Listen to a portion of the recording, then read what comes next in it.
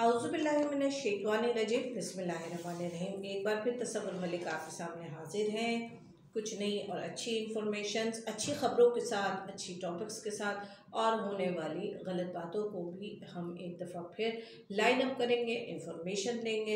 एक बार फिर अपना प्रोग्राम शुरू करने से पहले आपको ये चीज़ बताती चलूँ कि मेरा प्रोग्राम किसी सियासी या किसी लेग पुलिंग या किसी को बुरा दिखाने से रिलेटेड नहीं है। मेरा मकसद होता है आप तक एक सही जामे मुफस्सल इन्फॉर्मेशन पहुँचाना और जो नई सर्विसेज मैं इंट्रोड्यूस कर रही हूँ उस हवाले से आपको इन्फॉर्मेशन देना। अगर आपका दिल मानता है, आपको मेरी बातें अच्छी लगती हैं और समझ आती हैं तो मेरे व्हाट्सएप पर मैसेज करके मुझसे रब्ता कीजिए। मैंने कई बार आपसे कहा है कि एलसीडी टूटने की वजह से मेरे व्हाट्सएप पे 4-5 हज़ार मेरे पास लोग होते हैं, बल्कि इससे भी ऑलमोस्ट ज़्यादा ही होते हैं, तो मेरे पास नाम सेव नहीं हो सका। जो फ़ोन में सेव था वो एलसीडी टूटने से वो नाम जो है वो मिसप्लेस हो गए यानी गायब हो गए। अब से वो नंबर आते हैं।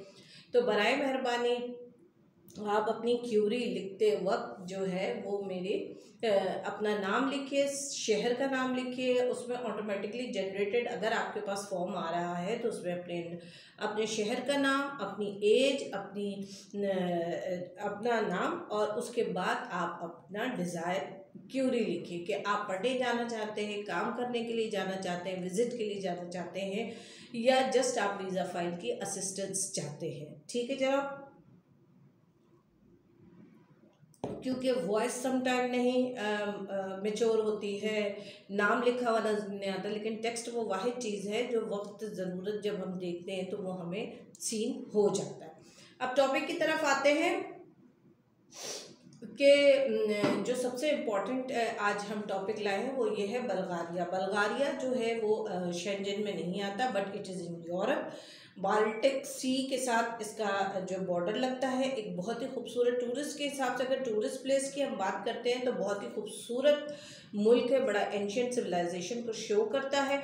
अच्छा, करेंसी के हिसाब से तो मेरे ख्याल से सारे ही मुल्क पाकिस्तान से जो है वो अब इंक्रीज़ कर चुके हैं, बट ये है कि हमारे लोगों को समझ में नहीं आता कि हम उन्हें कितनी करेंसी शो कर रहे हैं या हम उन्हें कितनी तनख्वाह बता रहे हैं। तो अब इस सवाल को हम लूप में लेने के लिए ये करते हैं कि हम उन्हें आसान करेंसी, जो कि सबसे आसान करेंसी है डॉलर, क्योंकि अक्सर ये सवाल आते हैं कि जी उस मुल्क में तो डॉलर चलता ही नहीं है, आप डॉलर में क्यों मेंशन करें। क्योंकि मुझे पता है अगर हम वहाँ की किसी करेंसी का जिक्र करते हैं तो हर शख्स के पास इतनी नॉलेज नहीं होती है और हर शख्स को चाहने के बावजूद भी इंफॉर्मेशन नहीं होती कि वो उस करेंसी के बारे में आपको मालूमात इकट्ठा करके दे। तो आपके आसानी के लिए हम ये करते हैं कि हम आपको डॉलर में, यूरो में लिख के बता देते हैं कि आपको इतने पैसे मिलेंगे जब आप उसे पीकेआर में कन्वर्ट करेंगे। बात हो रही है यहाँ पे कि बल्गारिया फर्स्ट टाइम हम यहाँ इंट्रोड्यूस करा रहे हैं। बल्गारिया के लिए जो शराइत है वो ये है कि बंदा जो है वो कम मिनिमम मैट्रिक इंटर होना चाहिए, सॉफ्ट इंग्लिश स्पोकन होना चाहिए, 1 मिनट से 1 मिनट, 1.25 मिनट, 1.5 मिनट की आपने वीडियो बना के भेजनी है जिसमें आप इंसान के बच्चों की तरह पैंट शर्ट में हो और भले नीचे कच्छा बांधा हुआ हो, बट ये है कि आप पैंट शर्ट ऊपर से शर्ट पहने में हो और इंग्लिश में आप अपने आप को इंट्रोड्यूस कर रहे हो। Just like that, my name is ये I am from this city, I am from Pakistan, I am Pakistan national, I am matric pass, inter pass. इस तरह की नॉर्मल सी चीज़ से वो आपका एक हुदूद अरबा हमारे पास आ जाता है कि हाँ भाई ये बंदा बाहर मूव करने के काबिल है या नहीं है। इसमें वर्क परमिट भी है, वीज़ा भी है, तमाम उसके प्रोटेक्टर, मेडिकल। अच्छा, सम टाइम ये होता है कि प्रोटेक्टर हम कहते हैं कि प्रोटेक्टर होगा, लेकिन जैसे कि मैं आपको पहले भी अक्सर बताती हूँ कि यूरोपियन कंट्रीज़ में हमारे प्रोटेक्टर की कोई अहमियत और ज़रूरत नहीं होती है, ना हमारे मेडिकल की होती है, लेकिन ये हमारे मुल्क की कुछ चीज़ें हैं जिन्हें हमें करना है। जाहिर सी बात है, हम अपने मुल्क में रहते हैं, हम अपने मुल्क के रूल्स एंड रेगुलेशन को बुरा नहीं कह सकते, हम उनकी नफ़ी नहीं कर सकते। तो लिहाजा इन तमाम बातों को एक साइड पर रखने के बाद हम ये कहते हैं कि अब चाहे वो एयरपोर्ट क्लियरेंस दे दें हम आपको, चाहे हम आपका प्रोटेक्टर करा दें। अब सवाल ये भी उठता है कि जब वीज़ा जेन्युइन है तो आप एयरपोर्ट क्लियरेंस क्यों दे रहे हैं। क्योंकि देखिए जी, वीज़ा तो आपको एम्बेसी जाना पड़ेगा सेल्फ सबमिशन के लिए भी, और पासपोर्ट रिसीव करने के लिए सेल्फ कलेक्शन के लिए भी।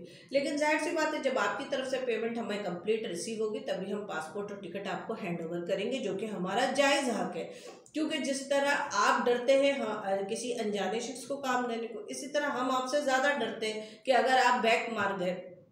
जैसे पिछले साल एक मेरे क्लाइंट ने इन बुरे हालात में भी ये काम किया कि वो बैक मार गया। अब क्या हुआ, वो तो इतना इनिशियल उस पर काम था कि उसका काम आगे बढ़ा नहीं, मेरी बचत हो गई। लेकिन अगर ये वर्क परमिट निकल जाता तो वो तो बैक मार गया है, उसके जितने पैसे थे वो मुझे भरने पड़ते कंपनी को, क्योंकि कंपनी से हमारा यही मुआहदा होता है। कंपनी कहता है कि फिर आपने अपने क्लाइंट को उसको इतनी सख्ती से वो क्यों नहीं किया था, पकड़ आपने क्यों नहीं रखी थी कि वो जो है आपको इस तरह नुकसान पहुंचा के चला गया। ठीक है, अब हम आगे चलते हैं। तो बल्गारिया में हमें जर्नल हेल्पर और क्लीनर की ज़रूरत है। किसी भी तरह की फैक्ट्री, ऑफिस वगैरह में आपको लगाने का काम होगा। तकरीबन पाकिस्तानी 1,20,000 1,25,000 आपकी नॉर्मली स्टार्टिंग सैलरी होगी। उसके बाद वैसे भी मेरे ख्याल से बल्गारिया में कोई शख्स टिक के काम तो करेगा नहीं, वो तो पहली फुर्सत में चाहेगा कि वो शेंगेन कंट्री में निकल जाए। बट इट इज़ योर्स, आप वहाँ से निकल जाएँ तो भी बेहतर है, और अगर आप वहाँ पे रहकर काम करते हैं तो भी बहुत अच्छी बात है। दोनों सूरतों में है, आपको वर्क परमिट मिलेगा 1 साल का, जो कि रिन्यूएबल होगा। आपको जो है वहाँ पे रिहाइश मिलेगी, ट्रांसपोर्टेशन, मेडिकल, खाना बंदे का अपना होता है।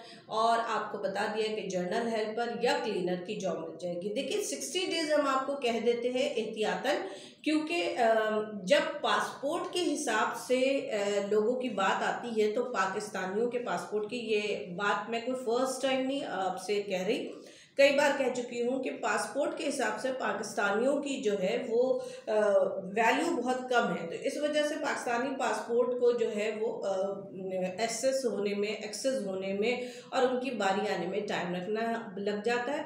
तो लिहाजा बी पेशेंट। अगर आपने मुझे काम दिया है, मैं अपनी टोटल बात कर रही हूँ कि अगर आपने मुझे काम दिया है तो इस बात की हमेशा तसल्ली रखिएगा कि होपफुली आपका काम बखैर खूबी अंजाम पहुँचेगा। इन केस अगर नहीं होगा तो फिर आपके बैक हैंड पे मैं खड़ी हूँ आपको किसी दूसरी जगह कंपनसेट करने के लिए, या जो मैंने आपसे नॉमिनल से चार्जेस लिए हैं वो आपको पे करने के लिए वापस। ठीक है जनाब, बल्गारिया है, बहुत अच्छा सूरत हाल है, आप इस पर कंसिडर कीजिए। इस अपॉर्चुनिटी को ज़ाया ना कीजिए और इसको अवेल कीजिए। उम्मीद करती हूँ छोटे से सेशन पसंद आएगा। सेकंड सेशन में मैं आपको एक और कंट्री बताऊँगी, उम्मीद करती हूँ वो भी आप लोगों के लिए काफ़ी इंफॉर्मेटिव भी होगी और आपके लिए फ़ायदेमंद भी होगी।